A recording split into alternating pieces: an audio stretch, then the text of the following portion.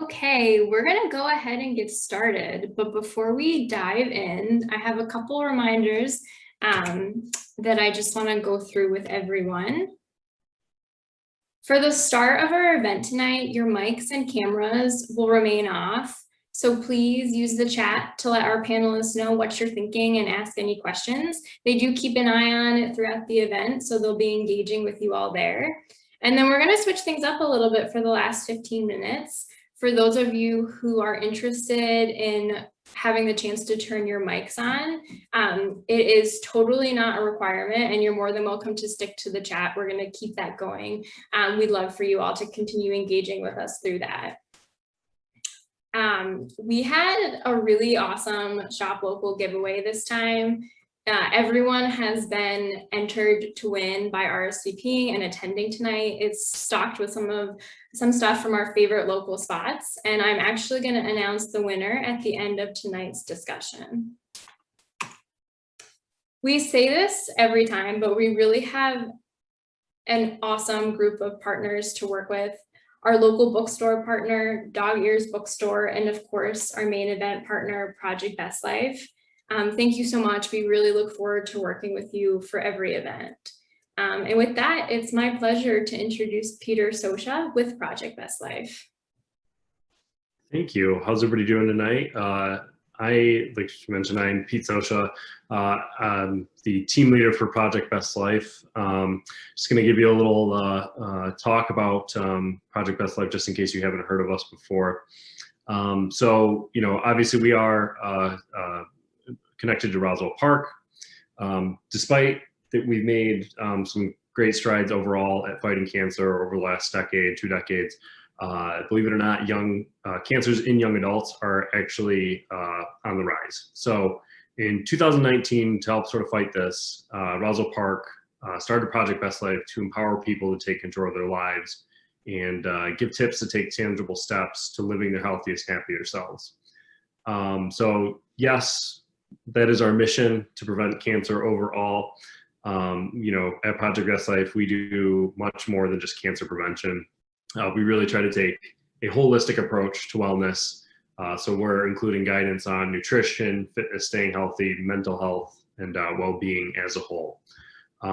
So, you know, we're going to be a little bit of cancer prevention sprinkled in here, but not too much. It's really about, you know, what the name says, living your best life, whatever that means to you. So if you need help starting or restarting your wellness journey, you know, please check out projectbestlife.org. We have a lot of blogs. We have a podcast that season 3 is currently going on. We have videos, more. Follow us on social, and you know, get back to living your best life. With that, everybody enjoy the book club tonight. Thank you so much, Pete. It is also my pleasure to finally kick off our discussion by introducing Danielle Osher, editor of Buffalo Magazine and one of our panelists. And I managed to unmute myself. Thanks, Emma. And thank you so much, Pete, for sharing about Project Best Life. You know, this book club was the perfect brand partnership because we all think about, you know, everyone hears me say it all the time, living our happiest, healthiest life, taking time for yourself to read and disconnect from all electronics is such a wonderful thing you can do for yourself. And what makes it better? Being able to connect with these wonderful group. I know some of you were saying in the chat, some of us got to meet in person. It was awesome. It was wonderful to meet you. For those of you we didn't meet in person, I hope to do that soon. And you'll have to excuse me. It's got a little humid after the wonderful rainstorm we had today. And I am tuning in from North Buffalo from a house with no air conditioning. So we're just gonna roll with that. I'm really excited to, you know, introduce our lovely panelists. I'm going to start by wishing one of our panelists who's not here with us tonight, Tiffany Woods, a very happy birthday. We gave her the night off so she could properly celebrate, but she is with us in spirit, and she does say hi to all of you. She will be back next book club with all of us. For those who don't know, I'm Danielle Osher, editor of Buffalo Magazine, which gives me the best job ever of hosting this book club and bringing these wonderfully talented women to join me. And new with us tonight is Jen Rung. I editor-at-large of Buffalo Magazine, so former editor here with us, and wonderful overall human being, wonderful addition to book club. Thank you for joining us, Jen. Super excited to be here. Thanks for having me. Yeah, and back with us again tonight because she doesn't mind us monopolizing her time is Sydney. Thank you so much, Sydney, for joining. Thank you so much, Danielle. Thank you, Buffalo Magazine, and thank you, book club readers and listeners. I'm excited to talk tonight. Yeah, and I neglected to say Sydney is joining us also from Roswell Park. So we've got wonderful, just a great group. And as you all know, we're here to talk Agatha Christie, ABC Murders, because I can't resist showing you the book every time we talk about books. This one was fun. Last book club, everybody asked to read a throwback, and you got to be careful what you wish for when you throw it out there with me. I took us back a full nearly 100 years to read what the cover calls the Queen of Mystery. I really discovered Agatha Christie myself during COVID. I was looking for to take the Netflix term to reading, a binge-worthy book series that I could get into. And I don't know, Agatha Christie popped into my brain. My parents have been telling me to read her forever. We live close to Canada, share some Canada love. And I loved the idea of reading what's basically now considered a classic. She was a pioneer of her time, but it's not classic in the Shakespeare sense. So when we were kind of thinking of throwbacks to read, this popped into my head, and I am really curious for first thoughts. Jen, what'd you think? Yeah. Well, I'd never read an Agatha Christie book. Somehow I made it this far in my life without having read an Agatha Christie book yet. So I really didn't know what to expect. I had seen, the Murder on the Orient Express, so I kind of knew what the concept and the formula was. But it was absolutely brand new to me. I liked it. I'm a reader of actually a lot of modern thrillers, so it was really interesting to compare how kind of modern mysteries and thrillers are written versus this, versus Agatha Christie's kind of model. I thought it was interesting how she drew out her characters. They're very colorful, but not necessarily overly deep, but you felt as if you could sort of, even 100 years later, kind of identify the personalities that she was describing without a whole lot of description, which was kind of neat. I imagine that was probably felt even stronger in when you were reading it as a contemporary. So those were my initial kind of top level thoughts about it. The mystery was great. I didn't even know it was a mystery really until the end, so that was interesting, but we can talk more about that as we go. Yeah, she definitely snuck that in at the very last minute, I think. Yes, Sydney, how about you? Oh my gosh, I can definitely agree with Jennifer in the sense that I feel like a lot of her characters speak to a lot of just current day personalities that we just know in everyday life.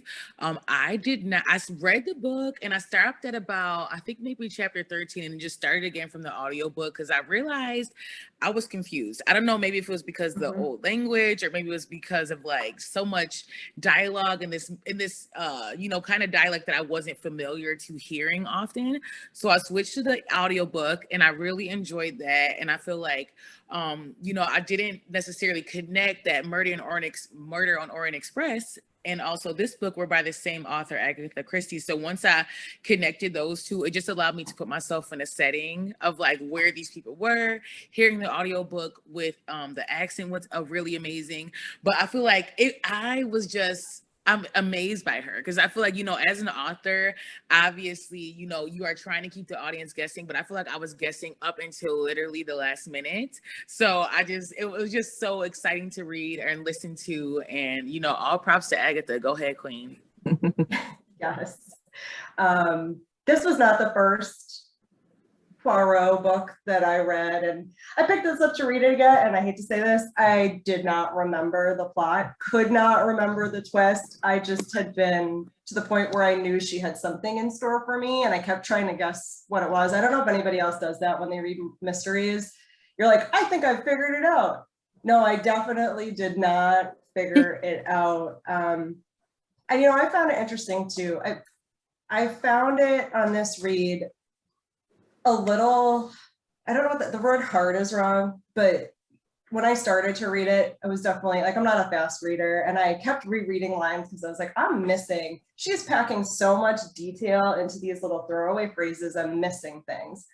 But then once I got kind of into the practice of reading her and I got familiar with how she writes and what to expect, I ended up like plowing through the book really fast, like dying to know what happened. And in case anybody's wondering, this series is written kind of like Law and Order TV show. You can pick up any of these books, they stand alone. If you picked it up and were like, there's no character intros, like who is Poirot and who is this Hastings? Like she never actually bothers to give you like wax poetically about who they are. She just dives you right in so you can get to know them. And I think it's really funny because, when I first met Poirot, I was like, do I like him? Is he eccentric? Is he like charming eccentric or annoying eccentric? Like, I'm not sure. And like, what is this Hastings? Like, he keeps being very, like, he casually throws out his take on things and his opinion. And I'm like, wait a second. Is he here to kind of, like, do I believe him?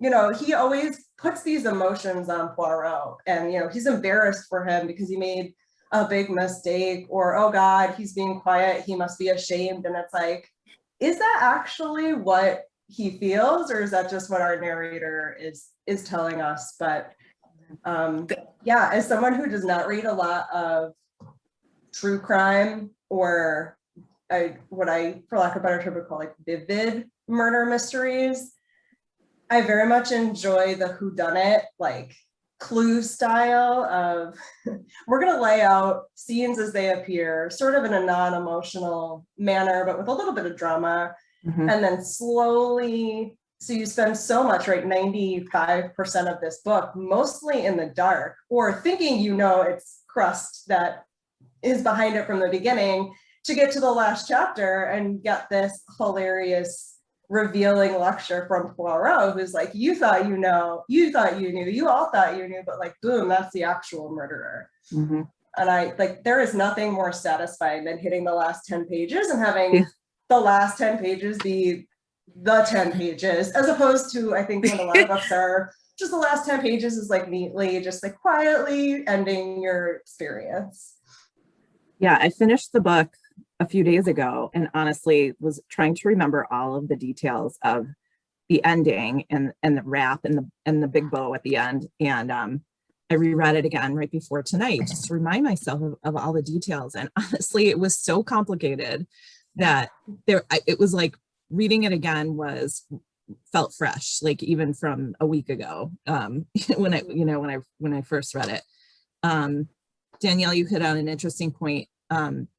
Or something that I thought was interesting. As this is my first Agatha Christie novel, I know there are like real cult followers of her books who've read all of her books. And I almost wonder if reading her books is almost like someone who loves doing puzzles. Like it becomes a hobby in a way where, it's like a craft, like almost a little bit addictive, where you read these books to see if you can figure it out along the way. Like it's like a book puzzle, like the book version of a jigsaw puzzle in a way. Yes.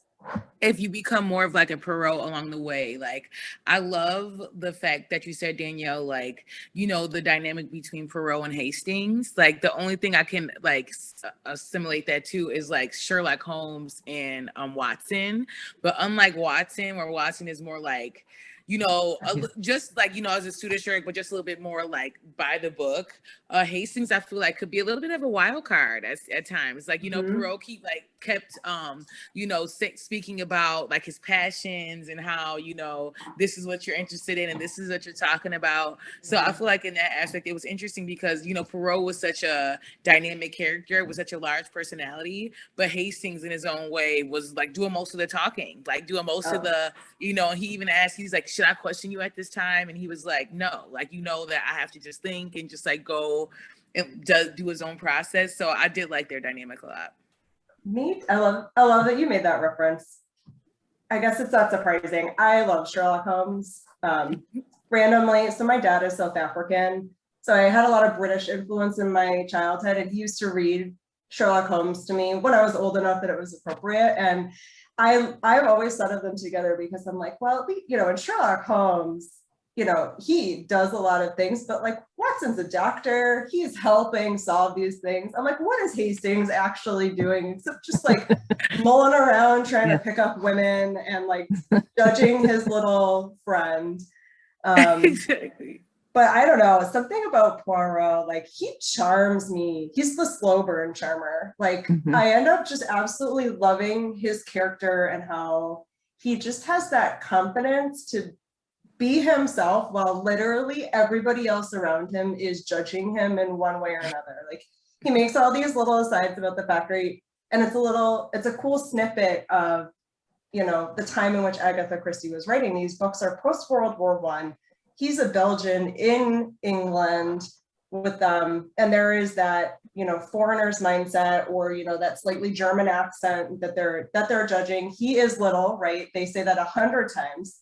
He is not tall, he is small, he's got a crazy mustache, he's super neat, and he comes off like a little odd. And yet he is so confident that he doesn't, even when everybody is freaking out and it's like, we gotta do something. He's like, no, I'm good. I'm just gonna sit here and think. Because like, what is action actually accomplishing? Yeah, that was interesting. Yeah. I noticed one of the panelists commented that they can't read like thrillers because it gives them nightmares. And it just made me think how interesting it is that you can have a book about a serial killer and murder and, include their family members as characters and it feels light still. Like it's an odd thing. And it's a testament to just a style of writing and how one's writing style can absolutely change the experience so drastically that it doesn't matter what topic that writer is writing about. Because I mean, this book in many ways was even more comedic than scary or a thriller like in any way. But the power of writing, the power of great writing and character building, obviously like really comes through, I think, with a writer like Agatha Christie. Absolutely. Yes, I love that point. And I always write, I think when you have a passion for writing, you see that in books. And I also just love, like, she's not just a great writer, she really is like a puzzle mastermind to have figured out exactly how this subtle, but like to make it 0% obvious. So, one of the questions I wanted to talk about was Easter eggs. That is a huge part of any murder mystery whodunit. And she definitely has hers. I don't know about any of you. I didn't catch any of them until I'm reading that last reveal chapter going, of course, boyish charm, that gets thrown out in conversation almost when you first meet that character and you don't think anything of it. And then it's like, wait a second, this is how he's identifying a key personality characteristic of the actual murderer. Like, you got me. I thought it was a totally irrelevant little character description. Yeah. Well, it does make you, so it's interesting because obviously she must know exactly where she's going from page one, right, with her writing.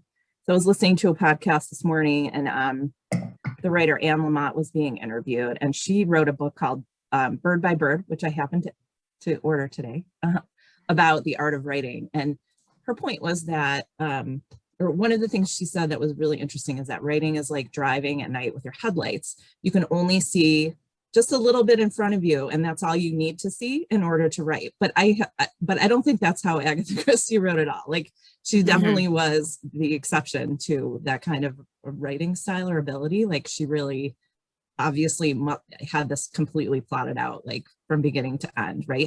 I don't know how you could do it any other way.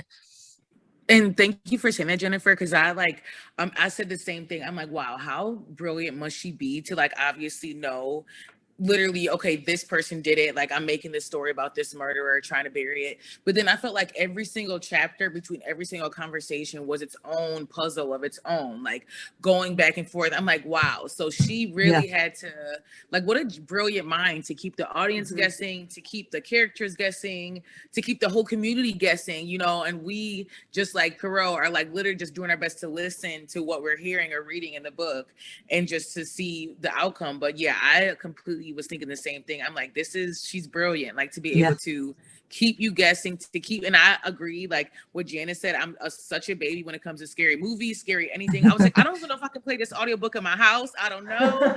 But like literally, I really enjoyed it. It was not scary in the slightest. I felt like I was just enjoying the mystery and enjoying the characters. And, you know, and I really just wanted to see who did it for the community's sake. She had me really worried about these people then, you know, hoping that the best turned out for them. Yeah. And, you know, and then you think about, right, all of the twists from, I love going back and thinking about all of these situations once you know who the actual murderer is. You go back and you're like, he came and he gathered all the family members together to start this little, you know, family member army and this master plan that they should all be on the ground. And it's like all of these things that you read, and I had one takeaway on them while I was reading them. It just, to have this like epiphany where everything you've read changes is so cool. So cool to me. And I keep thinking about your point, Jen, about it being a puzzle. As somebody who did power read through like 6 of her books in a row, part of it was like, they can't all be this original. And were they all, you know, they are, and they're every time it's different in a really unique way, and you're like, oh my god, I never see it coming. I can never figure out her tells, and she doesn't repeat herself in terms of the tactics that she turned to. And I just think, you know, 100 years later, that's so impressive that her work still stands kind of on a level of its own. I'm curious, you know, I said I'm a little smitten with Poirot now. I think he's charming. What did everybody think of him? I love Perot. Like, I feel like he is exactly where everybody hopes to be one day in their career, at a part where they're so great, you know, they can just retire and just be called out and just like, you know, pick and choose the cases that they want to be on. And like, he has complete autonomy with his cases, how he likes to research, how long he takes to research. He was like, let's wait until C, let's wait until D. They're like, stop talking about the crimes like that. But he's just like, if you want me to figure this person out, you're gonna let me do my process. And like, I feel like I just love his character. I love even how the end, you know, they were saying how someone, the man, I can't remember, it's the castings where he was like, you know, he was like, you need glasses. And he was like, no way, you're such a good man. I'm just like, you know, it just is, I really enjoyed just him in general. And I feel like there are people like him in ways in our lives that are just like, masters of their craft, that kind of walk around with like this knowing that which they deserve because they worked very hard. But I appreciated his character. I feel like he was definitely needed for the job. It was like an international case at the end, and you know, he was the one to crack it. It's from his listening. The audiobook graphic was different than the cover for the book, and it was literally just like Perot with his ear towards the camera, and I'm like, that's amazing. Like, you see all these other characters in the background with their emotional stances, but he just throughout the entire thing just listened to even hate, just always listening. And that was just really cool. Yeah, it looks like all the panelists really felt this very similarly. Yeah, I just loved how he was the calm in the storm at all times. Like, as everyone else was freaking out around him, he would just be like, just, you know, it'll work out. Like, we'll figure it out. And it was all had to be figured out. And he knew that it was a brain teaser more than anything. It wasn't going to be based on like forensic evidence or anything like that. Like, it was all about figuring out the motives and you know, what would motivate someone to do something like this. So he kind of discounted in a way, like he didn't put a whole ton of stock in evidence. Did you guys feel that way too? Like that? Oh yeah. That was like the least of the important clues for him in solving the mystery. I love how he always says little gray cells. It's the little gray Yeah. brain cells that are going to Mhm. solve this, not the fingerprints, Mhm. you know, which is fascinating and is very different from Sherlock Holmes, for example, who is all about the forensic clues. It's about being cunning too, but he loves a good boot print and so it's like you can see how he's knocking. I also always love when authors write books with culture references in them. And so it's like, yes, a famous detective in the 1920s would have read Sherlock Holmes. And I love that he like randomly throws jabs at him. Yeah. Mhm. I like what Yeah. Julia said. Her quote, "Words, mademoiselle, are only the outer clothing of ideas." And I feel like I really appreciated his the two. I'm not going to quote them perfectly, but the one where he was like, "Words are what men invented to like stop their own thoughts," and like he also said that like actions tell everything. Like he's like, this person's actions are eventually going to tell. Like he's like, he wasn't, like you said, Jennifer, he wasn't rushing because he knows through his experience that either through words or deeds, this person's going to completely identify who he is. And I feel like, that was just, I just loved, and I want to read more of her books because I feel like there were so many just life lessons, like you said, Danielle, that she just kind of throws away, that she kind of just like throws in there as like a thought that Perot has, is just like a quick back to Hastings. And it's like, okay, whoa, that was very keen and something that you want to remember. Yes, and I I like think, it. oh, go ahead. Oh no, it was just one more thing on him. I love at the end when he threw in the fingerprint on the typewriter, and it at Franklin Clark, was that his name? As like a little ruse to make him confess. That was fun too. Yes, I do. I love it. He uses it almost as like a jab back. Always doing that. One of the things it is Poirot, but it's also Agatha Christie, is she's actually incredibly astute, I think, especially for her time, about a lot of really interesting social issues, right? And if you look through the book, they add up so quickly. Ageism, the young detectives writing Poirot off because he's old-fashioned and he doesn't know the new cool tricks, or that he's a foreigner and they're judging him for that and they're biased against him for it, and he's very aware of it. Or even, we haven't talked about this yet, but the fake out of the fake murderer, and on how he makes, not only does he that whole riddle about a fox in a box, and how deeply upset Poirot is that somebody took advantage of someone who was, in a bad position like that. And then, right, it ends the book on, they make a joke out of it, right? It's like Hastings laughs at him for calling the murders, unsporting, for manipulating somebody like that. But I find it, or even how she portrays women, and I think it was the sister of Betty, Mary, Megan. thank you.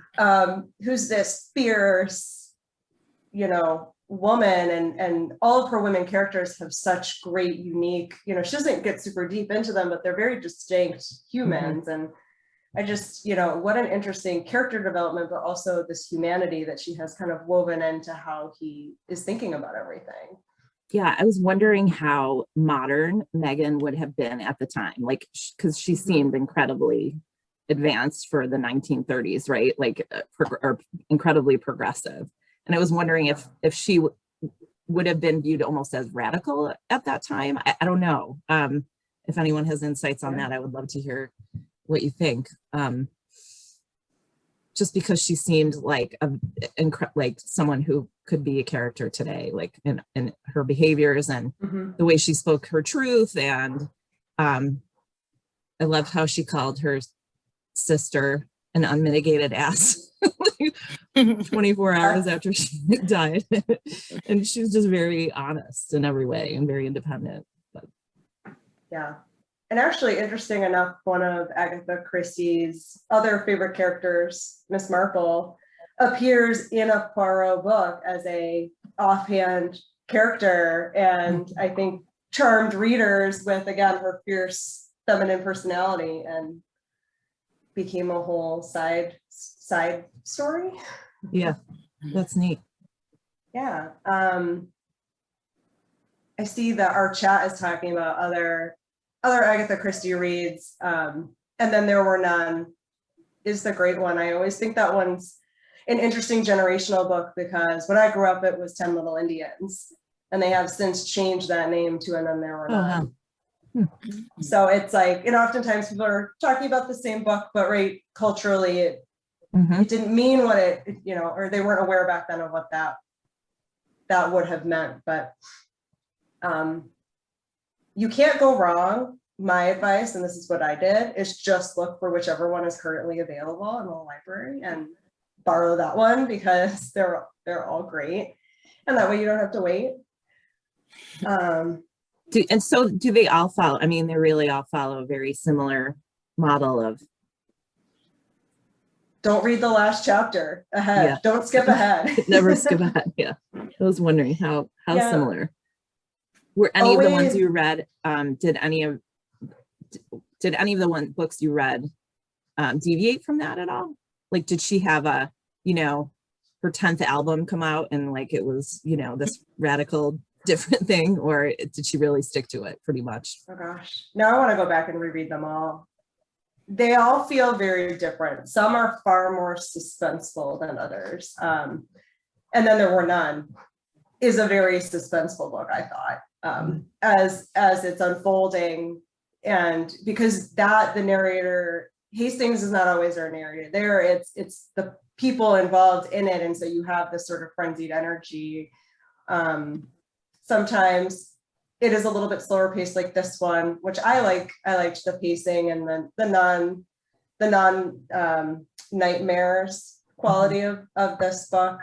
I don't know. She has that unique talent. They all read very differently, but similarly. Like you don't feel like you're reading the same thing over again, but you get misdirected. You think one thing, and then the last chapter rolls around, and you have your jaw on the floor again, and you're like, how did she do it to me? I knew it was coming, and she did it anyway. One of the interesting things, so I'll own, I speak zero French. I tried very hard in life to learn it and absorbed none of it. And rather than, I thought it could be interesting, right? She throws French phrases in here as part of Poirot when he's talking, and she does not ever tell you what they mean. And sometimes you can pick them up guessing on context, and sometimes you're like, well, I have actually no idea. And I feel like if some writers do it, it can be disruptive, but she happens to do it in a way that I don't mind. It doesn't disrupt it for me. I just think it's a cute little, it's probably what makes me fall in love with them, a cute little personality quirk. Did either of you speak French? Did you know what he was saying? I do not speak French, and I do not know what he was saying. And I know someone said earlier in the book that that's why they like reading on their Kindle, because like you can like highlight and get it to translate it for you really easily.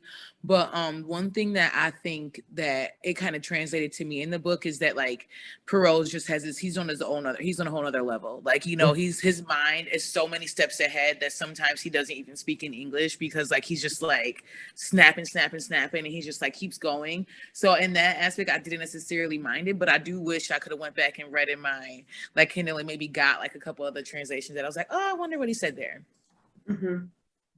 Yeah, I didn't think of it. I wonder if she was very deliberate in which, like what he was saying when he was speaking in French. And I will admit I took French for many years and I still didn't know what those things meant, embarrassingly. But yeah, I wonder if that was, how deliberate it was, and if that was meant to be part of the mystery too at all, like if she meant to be more mysterious with those phrases.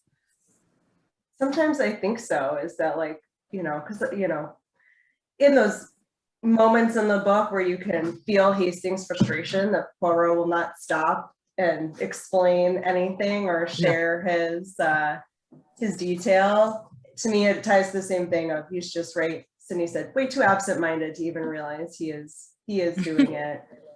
And it does. It gives me a little bit of that Sherlock Holmes inspiration of a detective far too in his own mind to care to bring everybody else up to speed. Or I loved that moment. Shout out to Emma, who's repping the Buffalo Magazine name in our chat. We were talking about this earlier. she flagged the stockings as an Easter egg before she finished the book, when I think probably like many of us thought it was leading us one way to actually lead us a whole other direction. So now I'm calling it the double Easter egg. But when he says kind of to Hastings, like, oh, I love when you're around because you always say the most obvious things. And then you give me my moment where I realize it's like, I overthink it and you bring me back to what's right in front of my face. Or, you know, like with that letter, and Hastings saying, oh, it's almost as if you're saying it was intentionally sent to the wrong place. And just sort of how he like mocks his friend a little bit, but actually proves his worth in the whole scenario as well. Right. Like he represents just a simple way of thinking, it's more straightforward, where he represents overthinking. And together they figure it out. Yep. And so we're gonna gear up here to share with everybody, and I'm excited to be able to have our chat come out of the chat and talk as well. But I'm curious, any last thoughts, anything you wrote down you wanted to share with everybody? Mine was that this book felt like a little bit of a leap to pick because I read it a little while ago and I really enjoyed it, but to be honest, I call it the COVID haze. I don't know if anybody else feels this way. This was like the heart of quarantine for me, and I picked it and then I was like, oh my gosh, I hope everybody likes it and I hope it's as good as I remembered, because that was an interesting time.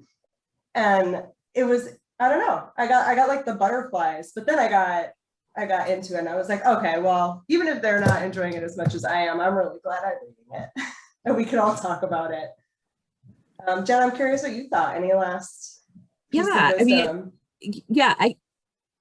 It's funny that you say that, because I would think that would have been a great series to read during COVID, right? Like not too disturbing, again, interesting and clever and entertaining, but not too like emotionally upsetting. Like, yeah, I can see why you connected to that so strongly during that time period. It would be like a great beach read, right? Where you just can't, where you don't want to get too emotionally involved in a book, but want to be, completely entertained at the same time. I think that my closing thought would be that this is my first Agatha Christie, and this is my first like novel besides just like, third and fourth grade, just quick little easy reads that were just like literally ABC murders or ABC mysteries. But I feel like in this aspect, I appreciate Agatha for everything she is, because I cannot imagine like how much entertainment she brought to people 100 years ago when like this was like they would probably be waiting to read her next book. But I feel like, it was very suspenseful for me. I feel like I definitely, if I was going to read another one of her books, because again, the language is not like second nature to me, it would be another audiobook, which is the first book that I like completely did from front to back. But I'm excited to see, maybe go back and like listen to Murder on the Orient Express and see the differences between the movie and the book, which the book is more, so much more rich. So I'm excited about that. And I also want to go back, I don't know who said it, but maybe reread knowing who the murderer is and seeing how many clues she does drop along the way. Yes. And Sydney, loved that transition because, as you can all see on the screen, Agatha Christie in this book specifically, lots of inspiration in the 100 years that passed its publication. I don't know how our chat feels about BBC miniseries, but let me tell you, they love Agatha Christie, and ABC Murders has its own, currently streaming now on Netflix and Amazon Prime. So if you want to follow up book club with some fun TV, you can go on and watch it. I actually haven't watched it yet, so I think that's probably coming up for me. BBC also has a Poirot miniseries that is, I think, crosses books. I remember watching that at home on VHSs. So I know that's also streaming. There was the 1965 movie, and obviously Murder on the Orient Express. popular movie, and we've got a blockbuster Poirot movie hitting 2022 after COVID delays, Death on the Nile, starring Kenneth Branagh and Gal Gadot. And I did read that book, Death on the Nile. It is a great book, and I'm excited to see the movie, not let alone Kenneth Branagh taking on this character that I now love, and doing that handlebar mustache real justice. So if any of you happen to hang up here and go watch these BBC series, tell us what you think of it, because I'm curious to know. Yeah. And with that, we are going to open it up if anybody wants to share thoughts. I think we're going to do raising hands, but I'm going to let Emma handle logistics because she knows the plan. Right. Sydney, I wouldn't have thought to listen to it on audio, but I absolutely love that idea because I love English accents. It must have been so much fun to hear it. It really was. In the native accent. It really, really was. It added a whole new layer. I think it just allowed me to visualize a lot more rather than being like, am I confused because this is a mystery, or am I confused because I'm actually confused? Yeah. You're inspiring me. I'm gonna have a road trip soon, so I think I'm gonna have to try. All right, well, if anybody has anything to share, raise your hand and we can unmute you. I know some people were sharing great pull quotes in the chat. So also if you want to just dramatically read to the group, we love a good out loud sharing. Looking at you, Julia. I mean, if you want to keep hearing us talk, we can do that. We could do that too. Oh, Elizabeth. All right. First taker, brave. Okay, hi everyone. I'm Elizabeth. I'm an intern at the News, and I'm here with my friend Siobhan, who also read the book. And she had an interesting tidbit to share about Agatha Christie. Okay, so we were talking about how we were both reading this book to our friend group from school, and one of our friends sent this YouTube video that's from BuzzFeed, where they make unsolved mystery videos. And there's a whole 30-minute long video about Agatha Christie that talks about how when she was in her 30s or 40s, she went missing for 11 days with no explanation and was found almost 2 weeks later and had no idea who she was, had no explanation for anything about how she disappeared, all that. And people still wonder if it's promotion or if amnesia, depression, stuff like that. So we were just talking about that, how we think it's just interesting because she writes mystery books and that happened to her and no one really knows why. I had no idea. Can you throw that link in the chat if you got it? Yeah, we can look it up. Apparently she went to her deathbed either not remembering what happened or claiming she didn't remember what happened. But the timing, I did a little research on this, so I'm not an Agatha Christie expert, but I did read about this. The timing was such that it was right after her first husband asked for a divorce. And I guess he'd been having an affair with a woman and it crushed her, and it happened days later where she disappeared and didn't surface for I think what Sean said, 11 days. Interestingly, she pulled herself together. I mean, it could have been, it may have been she just needed to take a break from life, but she ended up pulling herself together, going to, I think, Iraq on a trip, and met an archaeologist, ended up marrying him, and they were married for 46 years. So she was married twice. One of her marriages was 46 years long until I think she died or he died, one of the two. So also, I mean, interesting, just personal background on her. She's very resilient and yeah. Wow. Thank you so much for both of you for sharing. And now I think I know what YouTube rabbit hole I'm going down soon. And Sheila is telling us there is a book about a fictional account of this incident of Agatha Christie. So, wow, I had no idea. Me either. That makes me think that she's so much more of a badass, you know. She's just like out here either getting lost or losing herself for 10 days and then getting remarried in Iraq to a whole other man. Like, okay, queen, like that's just insane. I just feel like that is just such a life and a life story, because obviously you have to think that either she was reading up on these forensic files or something, because she had a brain for it to like unveil these things in such a way, and just even the gruesome details of it, it's like, ooh, like how does she know? How was she into this stuff, you know? Yeah, absolutely. I know, it makes me want to read her autobiography, which I have not read.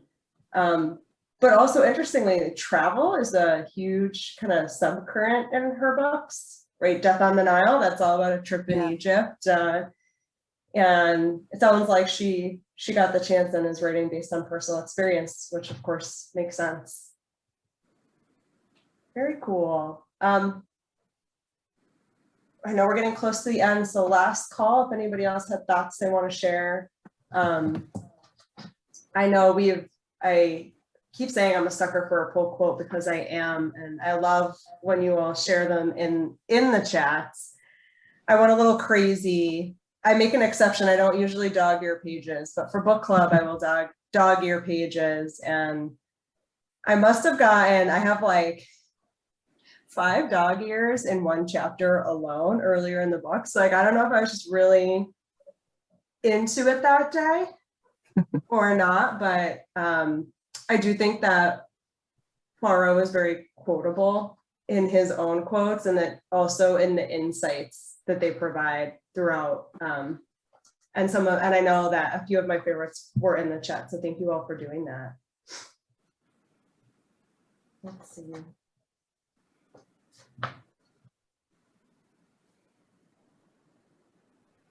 Well, we have a shy bunch tonight, and that's all right.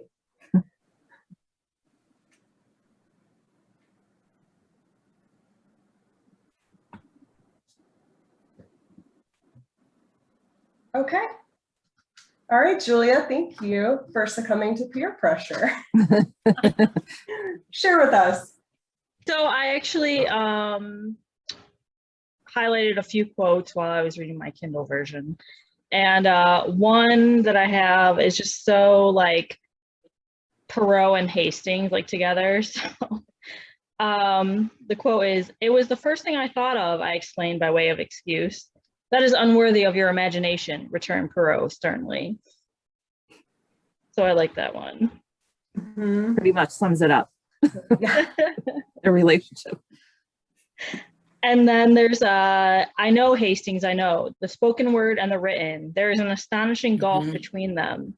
There is a way of turning sentences that completely reverses the original meaning. And I just love that. I'm an editor, so I just love, you know, how Christie through her characters talks about words and language. So I just thought that, I just think that the way she writes is about language is really interesting. Mm-hmm. Absolutely agree. And it's funny, my first dog ear quote was, "This is the beginning." Because, you know, he says right after he gets that first letter and the murder happens, and he's like, "Oh, it's happened. You know, that's the end of that." And he goes, no, this is just the beginning. And it's, again, that subtle little throw out, but I caught it. I just didn't know what it was gonna mean. I was just like, oh gosh, that's probably some foreshadowing.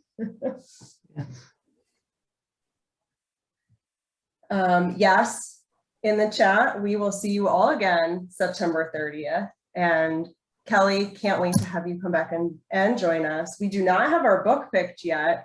If anybody's got, you know, we'll ask you in the post-event survey if you've got recommendations, but if you really want to make those recommendations stick, throw them in the chat too, because it is the chat that influenced us to pick a throwback book, which I just have to say I very much enjoyed. And also I love it when you all make my job very hard. We had a list of probably 15 to 20 bucks for this book club that we were narrowing down, and it was hard to leave some of them on the floor. And so we always do share those on the social media, so you can always check our accounts if you're looking for book club reads or email us. But again, since we love our chat, you can throw them in there as well.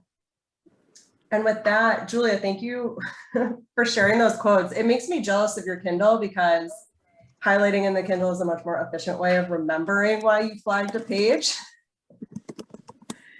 And with that, I will first wholeheartedly thank Jen and Sydney for making this one of my favorite nights of the whole year. Book club nights are my favorite. I get really excited for them. And then hand this over to Emma with a little just hilarious. I didn't actually plan this, but I am drinking the little single serving delicious sparkling rosé that we are giving away to another lucky Buffalonian. I can tell you it was a personal recommendation from Paula Paradise at Paradise Wines, and she never disappoints me.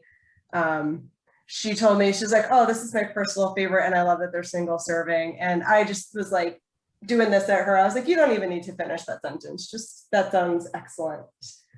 And with that, Emma, the floor is yours. Yes, you can spot Danielle's sip right in our picture there. I'm gonna get right to the fun stuff, which Danielle talked about, our Shop Local giveaway winner. You can see a sneak peek of it here and some of the awesome local businesses that are included in it. So our winner is Janice Stern. Congratulations. You will hear from us next week in an email so that you can claim your awesome prize. And then there is more. We still have our Shelf Love swag bag that we're going to be emailing 10 of you for our winners for that. And that's really all I have. I just want to thank everyone so much. We've had so much fun tonight. We've talked about this in the chat, but our next meeting is going to be on September 30th. But please, keep in touch with us in the meantime. You can sign up for Project Best Life's newsletter and keep up with Buffalo Magazine on social media.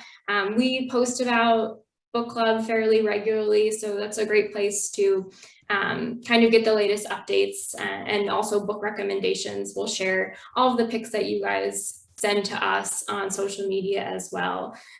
Danielle mentioned the survey, but we always appreciate that feedback. We really do take it into consideration, the stuff that you guys tell us there, so that we can make each event better than the last. And I think I'm gonna wrap it up unless our panelists have anything else to add. Yeah, Emma, I'm gonna surface a question from Julia in the chat about our adorable group photo from our happy hour at Hydraulic Hearth. Where can we find that? Because I know it's somewhere, I've seen it. If not, we will share it. I have that and I can share it. Yay. Julia, are you in our private Facebook group? Is that a good place that we can throw that? And for anybody else, awesome, you are. And we will be sending you an email tomorrow to just recap the night and share details like how to join the Facebook group if you're not in it already. As Emma said, all of us care deeply about this book club. We love it. And so we really are reading everything you send us. And whether you're emailing me or the magazine email that's on all of them, which is also me, or talking to us on Facebook or through social, we love getting this time with all of you every other month. We're really looking forward to September. And I do these hands because it's the master plan of what we're gonna read next. And with that, I thank you all for spending your evening with us, and we will see you soon.